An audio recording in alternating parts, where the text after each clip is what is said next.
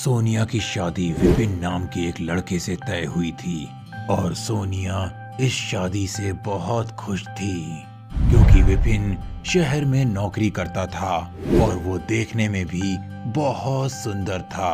सोनिया अपने मन में नए ख्वाब सजाते हुए कहती है, अब मेरी जिंदगी की नई शुरुआत होने जा रही है। मैं अपनी जिंदगी बहुत अच्छे से जीना चाहती हूँ, बस वो मुझे कभी परेशान ना करे। सोनिया ये बोलती है और अचानक ही उसके चेहरे की खुशी गायब हो जाती है। उसके पैरों में एक काले रंग का डोरा था जिसे वो देखने लगती है और उसकी आंखों से आंसू छलक जाते हैं। कुछ ही देर में वो अपने ससुराल पहुंच जाती है और सब रस्मों के बाद में वो अपनी सुहाग की सेज पर बैठी थी कि तभी विपिन कमरे में आता है और कहता है, सोनिया, भले ही तुम गांव की हो लेकिन बहुत सुंदर हो। सच में मैंने शहर में भी तुम जैसी सुंदर लड़की कभी नहीं देखी। सोनिया ये बात सुनकर शर्मा जाती है और विपिन उसे अपनी बाहों में भर लेता है। दोनों प्यार भरे लम्हे साथ में बिताते हैं और ऐसे ही कुछ दिन गुजर जाते हैं।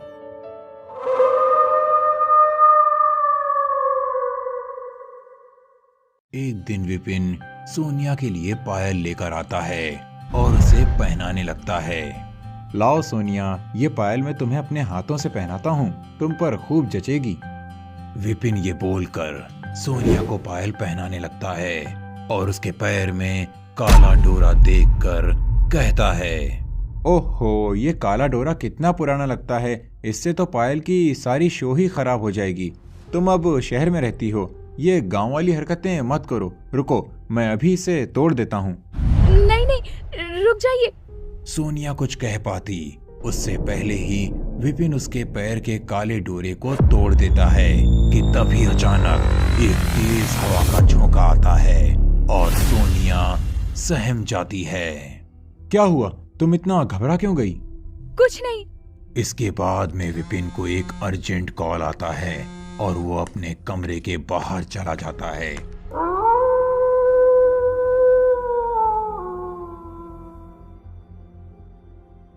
कुछ देर बाद जब विपिन लौटता है तो सोनिया उसके लिए खाना लेकर आई होती है। विपिन ने नजर झुका रखी थी और सोनिया उससे कहती है, विपिन, आज मैंने आपके लिए आपका पसंदीदा खाना बनाया है। चलिए, खाना ठंडा हो जाएगा, जल्दी से खा लीजिए। सोनिया ने ये बोला था कि तभी विपिन उसका हाथ पकड़ लेता है। सोनिया को कुछ पल के लिए कुछ समझ नहीं आता कि हो क्या रहा है। तभी विपिन अपनी नजर उठाता है तो उसकी आंखों का रंग लाल था और उसके चेहरे पर एक अजीब सी मुस्कान थी। उसे देखते ही सोनिया के हाथ से थाली छूट जाती है। तुम? सोनिया विपिन को ऊपर से नीचे तक देखती है और तभी उसकी नजर विपिन के उल्टे पैरों पर पड़ती है और वो चक्कर खाकर बेहोश हो जाती है। वो साया वहां से गायब हो जाता है। कुछ देर में विपिन आता है और सोनिया को इस तरह से बेहोश देखकर उसे बेड पर लेटा देता है। उसका शरीर बुखार से तप रहा था। कुछ दिन बीत जाते हैं लेकिन सोनिया की तबीयत में सुधार नहीं आता। अब वो अक्सर बीमार रहा करती थी। इन सब से परेशान होकर विपिन सोनिया की माँ माया को अपने घर बुला लेता है और माया सोनिया को देखकर अकेले में उससे कहती है, अरे तुझसे कितनी बार कहा है कि काला धागा अपने पैर से मत उतारना। अरे फिर भी तूने काले धागे को अपने पैर से क्यों उतारा? माँ, इसमें मेरी कोई गलती नहीं है। उन्होंने मेरे पैर से धागा उतार दिया और मैं उन्हें मना नहीं कर पाई। ले, अब आगे न जाने क्या करेगा वो। माँ, उनको सब कुछ सच सच बता दे क्या? अरे वो शहरी लड़का है, ये सब गांव के तौर तरीके वो नहीं समझेगा। अरे उसको बताने की ना सोचना भी मत। वो दोनों बातें कर ही रही होती हैं लेकिन दोनों इस बात से अनजान थीं कि विपिन ने उनकी सारी बातें सुन ली थीं। लेकिन फिर भी विपिन कुछ नहीं कहता। अब माया सोनिया के साथ रहती है तो सोनिया की तबीयत भी थोड़ी सी ठीक हो जाती है। लेकिन एक दिन अमावस की रात थी। विपिन और सोनिया अपने कमरे में सोए थे। तभी माया उनके कमरे में आती है। उसका सर झुका हुआ था और वो अचानक से विपिन का गला दबाने लगती है। विपिन तड़प कर उठते हुए कहता है, ये क्या कर रही हो आप? छोड़ो मेरा गला। छोड़ो माँ, ये क्या कर रही हो? सोनिया ने ये बोला ही था कि तभी उसकी नजर अपनी माँ के पैरों पर जाती है, जो कि उल्टे होते हैं, और उसकी माँ की आंखें लाल होती हैं। सोनिया कुछ बोल पाती इससे पहले ही माया एक हाथ से विपिन को हवा में उठा देती है। विपिन तड़प रहा था और सोनिया कहती है, तुम्हारा मतलब तो मुझसे है ना? इन्हें छोड़ दो, इन्होंने तुम्हारा कुछ नहीं बिगाड़ा। इसी लड़के की वजह से हम दोनों दूर हुए हैं। इसको मैं जिंदा नहीं छोड़ूंगा। ये सब कुछ होते देखकर विपिन डर जाता है कि तभी अचानक सोनिया हनुमान चालीसा पढ़ने लगती है और वो छलावा अचानक ही गायब हो जाता है। इतनी देर में माया भी कमरे में जाती है और विपिन गुस्से में कहता है, कोई मुझे बताएगा कि ये सब क्या हो रहा है? अरे मैं बताती हूँ बेटा। दरअसल शादी तय होने से कुछ समय बाद सोनिया एक जंगल से गुजर रही थी। तभी एक छलावे की नज़र इस पर पड़ी और वो सोनिया से आकर्षित हो गया। तब से ये छलावा रूप बदल बदल कर सोनिया के साथ रहने लगा है। अरे शुरू में तो हमें सोनिया को भी कुछ समझ में नहीं आया, लेकिन फिर एक बाबा ने हमें इस छलावे के बारे में बताया और सोनिया के पैर में ये धागा बांध दिया।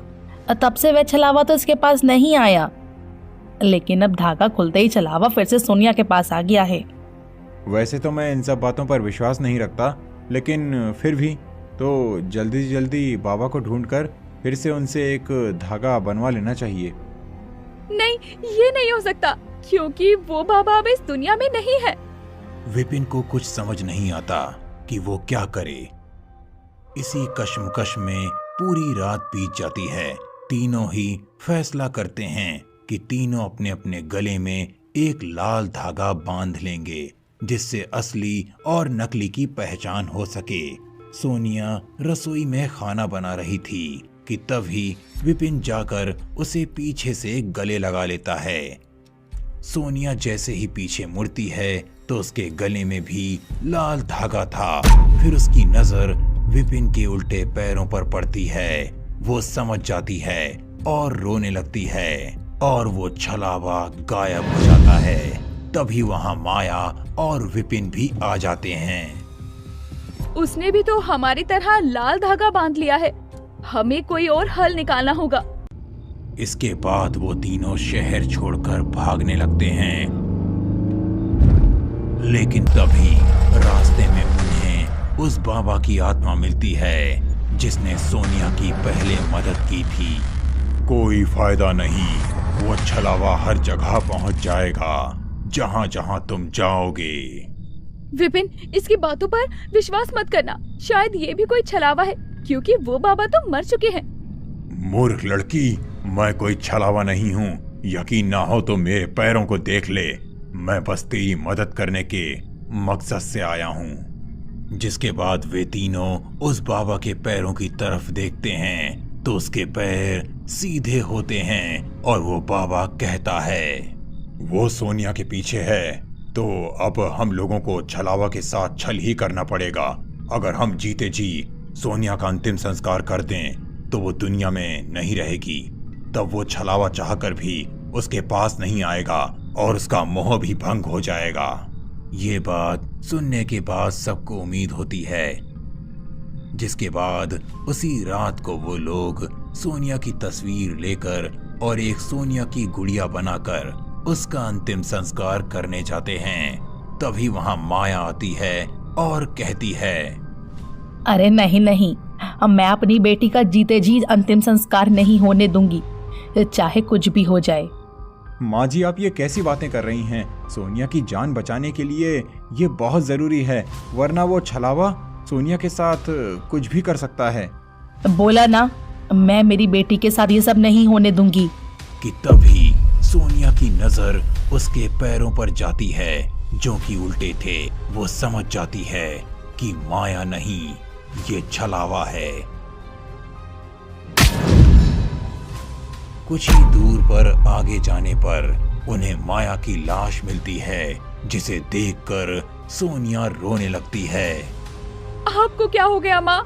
देखो विपिन जी, उसने मेरी माँ को भी जिंदा नहीं छोड़ा। अभी समय नहीं है, हमें जल्दी जल्दी तुम्हारा अंतिम संस्कार जीते जी करना होगा, वरना वो तुम दोनों को भी नहीं छोड़ेगा। इसके बाद वो तीनों सोनिया के नाम की गुड़िया को लेकर का अंतिम संस्कार करते हैं। उसका अंतिम संस्कार होते ही छलावा भी वहां प्रकट होता है और तड़पने लगता है और छलावा वहां से गायब हो जाता है। इस तरह सोनिया और विपिन को छलावे से छुटकारा मिलता है और वो अपनी एक नई जिंदगी शुरू करते हैं।